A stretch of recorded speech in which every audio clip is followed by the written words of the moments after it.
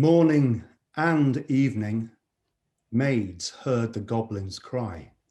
Come buy our orchard fruits, come buy, come buy. Apples and quinces, lemons and oranges. Come unpick cherries, melons and raspberries. Bloom down cheeked peaches, swart-headed mulberries. Wild, free-born cranberries, crab apples, dewberries. Pineapples, blackberries, apricots, strawberries. All ripe together in summer weather. Morns that pass by, fair eves that fly. Come buy our grapes fresh from the vine. Pomegranates, full and fine. Dates and sharp bull aces. Rare pears and green gages, damsons and bilberries. Taste them and try. Currants and gooseberries. Bright fire-like barberries, figs to fill your mouth. Citrons from the south, sweet to tongue and sound to eye. Come buy. Evening by evening, among the brookside rushes, Laura bowed her head to hear. Lizzie veiled her blushes, crouching close together in the cooling weather, with clasping arms and cautioning lips, with tingling cheeks and fingertips. Lie close, Laura said, pricking up her golden head. We must not look at goblin men. We must not buy their fruit. Who knows upon what soil they fed their hungry, thirsty roots? Come by, called the goblins, hobbling down the glen. Oh, cried Lizzie, Laura, you should not peep at goblin men. Lizzie covered up her eyes, covered close lest they should look. Laura reared her glossy head and whispered like the restless brook. Look, Lizzie, down the glen tramp little men. One hauls a basket, one bears a plate, one lugs a golden dish of many pounds weight. How fair the vine must grow whose grapes are so luscious. How warm the wind must blow through those fruit bushes. No, said Lizzie, no. Their offers should not charm us. Their evil gifts would harm us.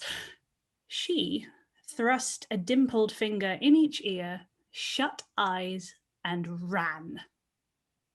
Curious Laura chose to linger, wondering at each merchant man. One had a cat's face. One whisked a tail. One tramped at a rat's pace. One crawled like a snail. One, like a wombat, prowled, obtuse and furry. One, like a rattle, tumbled, hurry-scurry. She heard a voice, like voice of doves, cooing all together.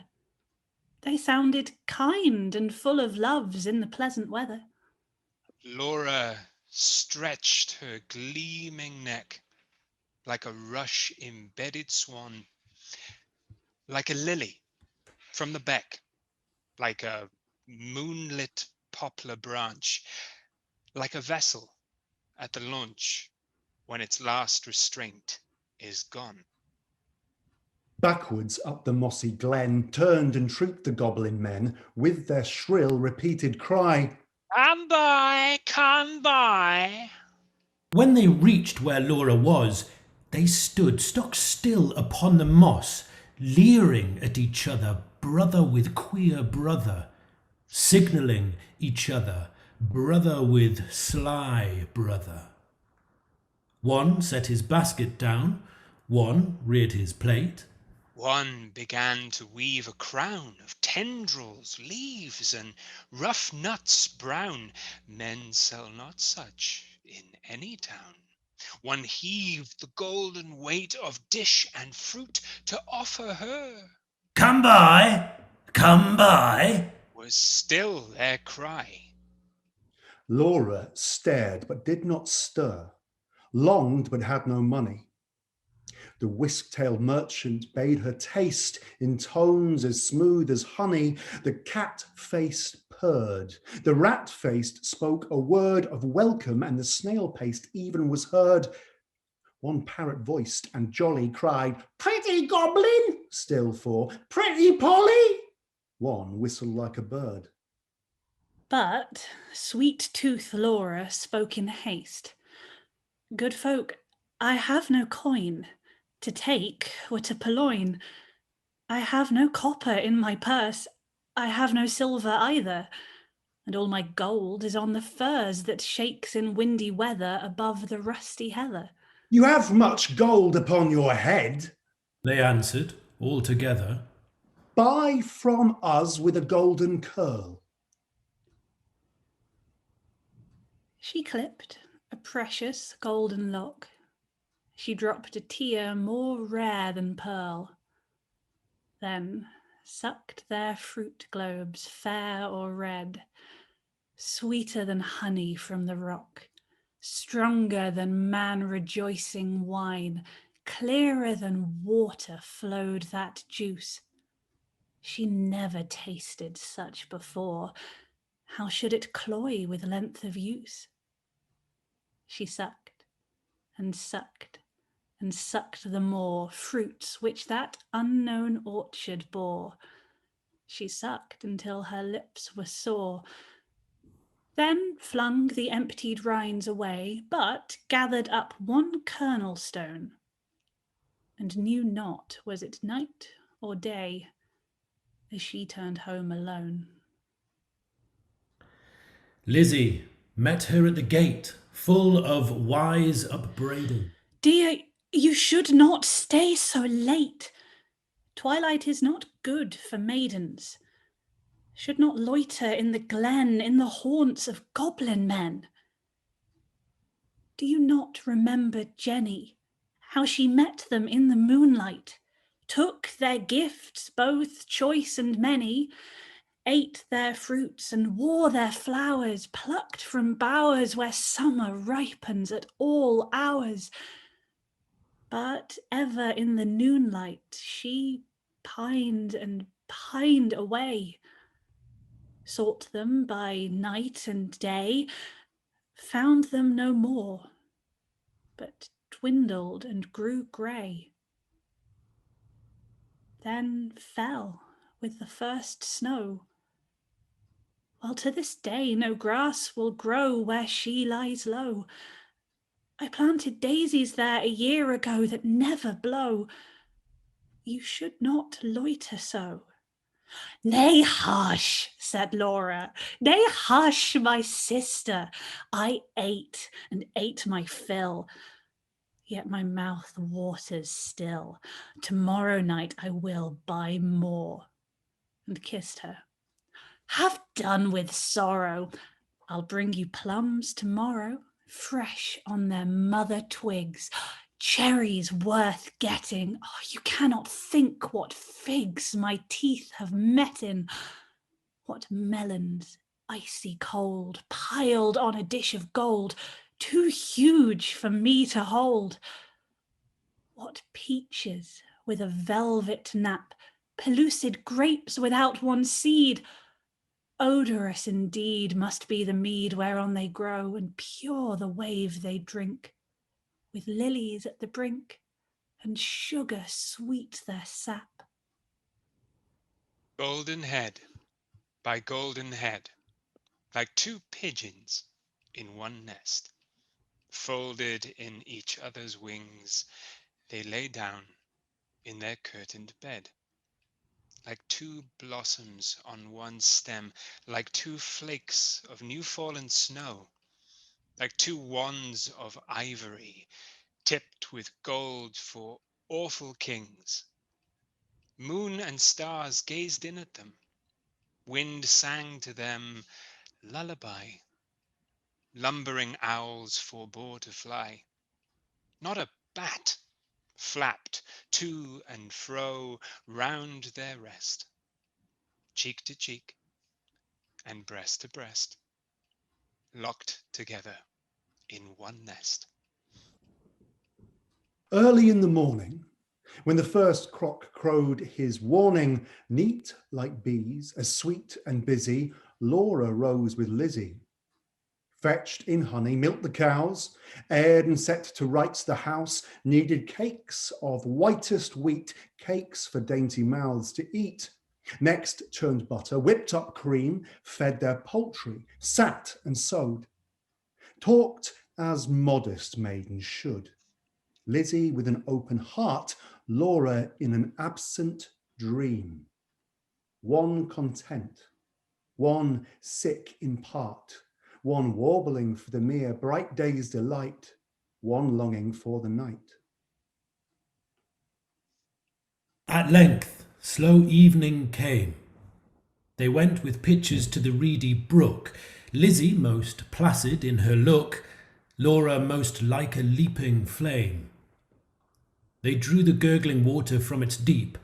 Lizzie plucked purple and rich golden flags, then turning homeward said, The sunset flushes those furthest loftiest crags. Come, Laura, not another maiden lags. No wilful squirrel wags. The beasts and birds are fast asleep. But Laura loitered still among the rushes, and said the bank was steep. And said the hour was early still, the dew not fallen, the wind not chill, listening ever, but not catching the customary cry, Come by! Come by! with its iterated jingle of sugar-baited words. Not for all her watching, once discerning even one goblin, racing, whisking, tumbling, hobbling, let alone the herds that used to tramp along the glen, in groups or single, of brisk fruit merchant men.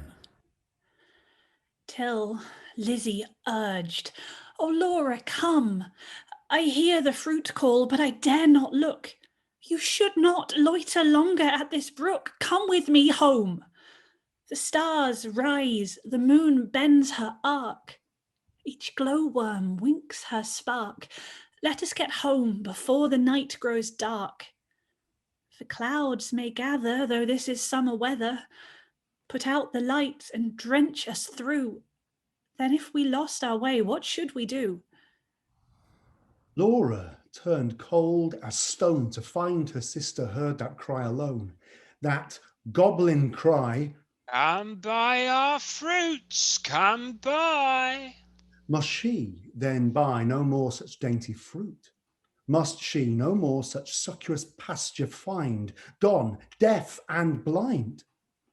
Her tree of life drooped from the root. She said not one word in her heart's sore ache, but peering through the dimness, naught discerning, trudged home, her pitcher dripping all the way, so crept to bed and lay silent till Lizzie slept. Then sat up in a passionate yearning and gnashed her teeth for baulked desire and wept as if her heart would break.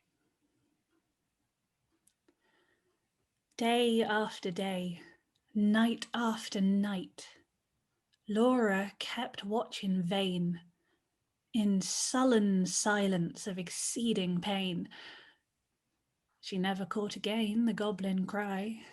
Come by! Come by! She never spied the goblin men hawking their fruits along the glen. But when the noon waxed bright, her hair grew thin and grey. She dwindled, as the fair full moon doth turn to swift decay and burn her fire away. One day, remembering her kernel stone, she set it by a wall that faced the south, dewed it with tears, hoped for a root, watching for a waxing shoot, but there came none. It never saw the sun. It never felt the trickling moisture run, while with sunk eyes and faded mouth she dreamed of melons, as a traveller sees false waves in desert drouth, with shade of leaf-crowned trees, and burns the thirstier in the sandful breeze. She no more swept the house, tended the fowls or cows, fetched honey, kneaded cakes of wheat, brought water from the brook, but sat down listless in the chimney nook and would not eat. Tender Lizzie could not bear to watch her sister's cankerous care, yet not to share. She, night and morning, caught the goblin's cry. Come buy our orchard fruits, come buy, come buy. Beside the brook, along the glen, she heard the tramp of goblin men. The voice and stir poor Laura could not hear. Longed to buy fruit to comfort her, but feared to pay too dear. She thought of Jenny in her grave, who should have been a bride, but who, for joy's brides hope to have, fell sick and died in her gay prime, in earliest winter time, with the first glazing rime, with the first snowfall of crisp winter time. Till Laura, dwindling, seemed knocking at death's door. Then Lizzie weighed no more better and worse, but put a silver penny in her purse, kissed Laura, crossed the heath with clumps of firs at twilight, halted by the brook, and, for the first time in her life, began to listen and look.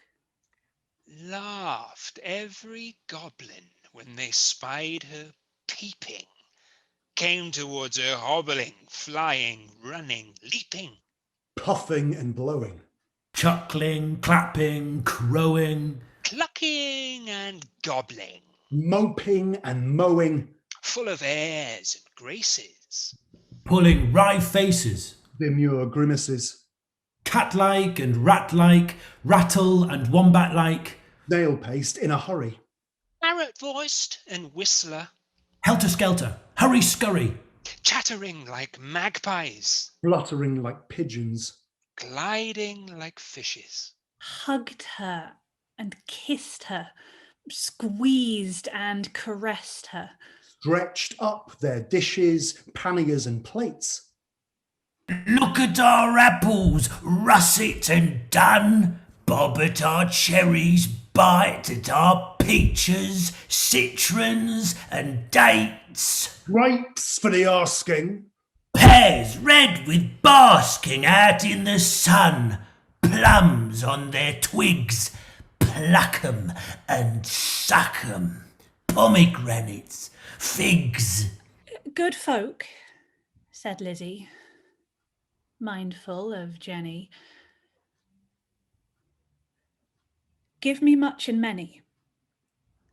Held out her apron, tossed them her penny. Nay, take a seat with us, honour and eat with us, they answered, grinning. Our feast is just beginning. Night yet is early, warm and dew pearly, wakeful and starry. Such fruits as these no man can carry. half their bloom would fly, half their dew would dry, Half their flavour would pass by. Sit down and feast with us. Be welcome guest with us. Cheer you and rest with us. Thank you, said Lizzie, but one waits at home alone for me. So without further parleying, if you will not sell me any of your fruits, though much and many, give me back my silver penny I tossed you for a fee. They began to scratch their pates, no longer wagging, purring, but visibly demurring, grunting and snarling. One called her proud, cross-grained, uncivil. Their tones waxed loud, their looks were evil. Lashing their tails, they trod and hustled her, elbowed and jostled her, clawed with their nails, barking, mewing, hissing, mocking, tore her gown and soiled her stocking, twitched her hair out by the roots, stamped upon her tender feet, held her hands and squeezed their fruits against her mouth to make her eat. White and golden Lizzie stood like a lily in a flood, like a rock of blue-veined stone lashed by tides obstreperously, like a beacon left alone in a hoary, roaring sea, sending up a golden fire. Like a fruit-crowned orange tree, white with blossoms honey sweet, sore beset by wasp and bee, like a royal virgin town topped with gilded dome and spire, close beleaguered by a fleet mad to tug her standard down. One may lead a horse to water. 20 cannot make him drink. Though the goblins cuffed and caught her, coaxed and fought her, bullied and besought her, scratched her, pinched her black as ink, kicked and knocked her, mauled and mocked her, Lizzie uttered not a word, would not open lip from lip lest they should cram a mouthful in, but laughed in heart to feel the drip of juice that syruped all her face and lodged in dimples of her chin and streaked her neck, which quaked like curd.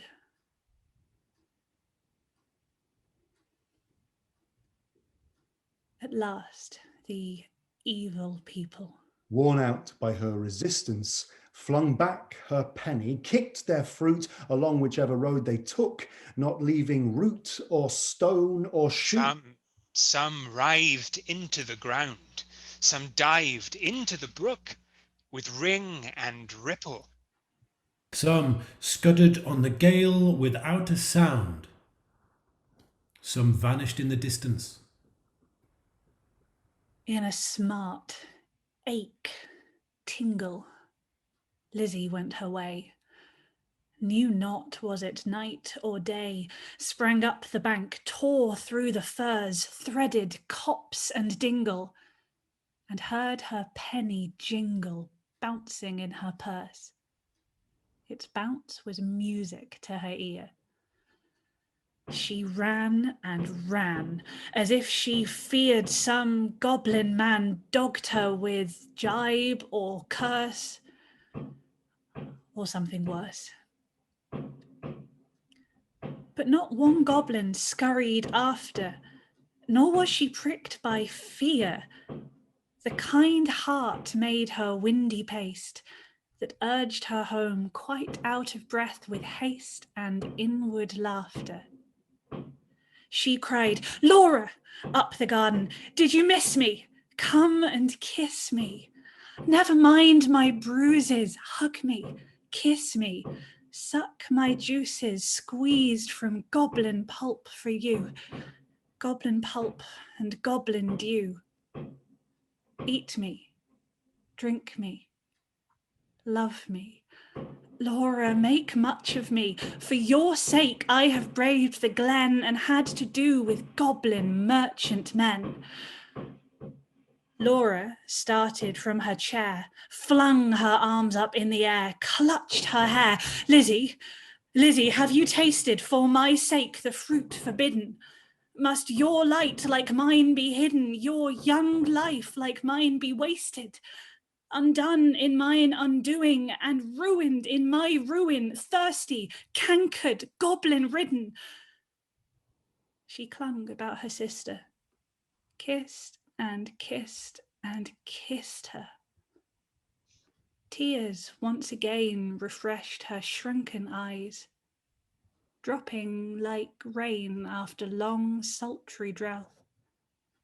Shaking with aguish fear and pain, she kissed and kissed her with a hungry mouth. Her lips began to scorch. That juice was wormwood to her tongue. She loathed the feast. Writhing as one possessed, she leaped and sung, rent all her robe and wrung her hands in lamentable haste, and beat her breast. Her locks streamed like the torch borne by a racer at full speed, or like the mane of horses in their flight, or like an eagle when she stems the light straight toward the sun, or like a caged thing freed, or like a flying flag when armies run. Swift fire spread through her veins, knocked at her heart, met the fire smouldering there and overbore its lesser flame. She gorged on bitterness without a name. Ha, fool, to choose such part of soul-consuming care, sense failed in the mortal strife.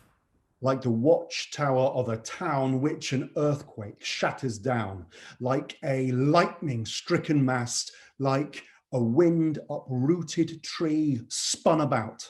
Like a foam-topped water spout cast down headlong in the sea, she fell at last. Pleasure past, and anguish past. Is it death, or is it life? Life out of death. That night long, Lizzie watched by her, counted her pulses' flagging stir, felt for her breath, held water to her lips and cooled her face with tears and fanning leaves. But when the first birds chirped about their eaves, and early reapers plodded to the place of golden sheaves, and dew-wet grass bowed in the morning wind so brisk to pass, and new buds with new day opened of cup-like lilies on the stream, Laura awoke as from a dream, laughed in the innocent old way, hugged Lizzie but not twice or thrice. Her gleaming locks showed not one thread of grey. Her breath was sweet as May, and light danced in her eyes. Days, weeks, months, years afterwards, when both were wives with children of their own, their mother hearts beset with fears, their lives bound up in tender lives, Laura would call the little ones and tell them of her early prime, those pleasant days long gone, of not returning time. Would talk about the haunted glen, the wicked, quaint fruit merchant men, their fruits like honey to the throat, but poison in the blood. Men sell not such in any town. Would tell them how her sister stood in deadly peril to do her good and win the fiery antidote. Then, joining hands to little hands, would bid them cling together. For there is no friend like a sister, in calm or stormy weather, to cheer one on the tedious way, to fetch one if one goes astray, to lift one if one totters down, to strengthen while one stands.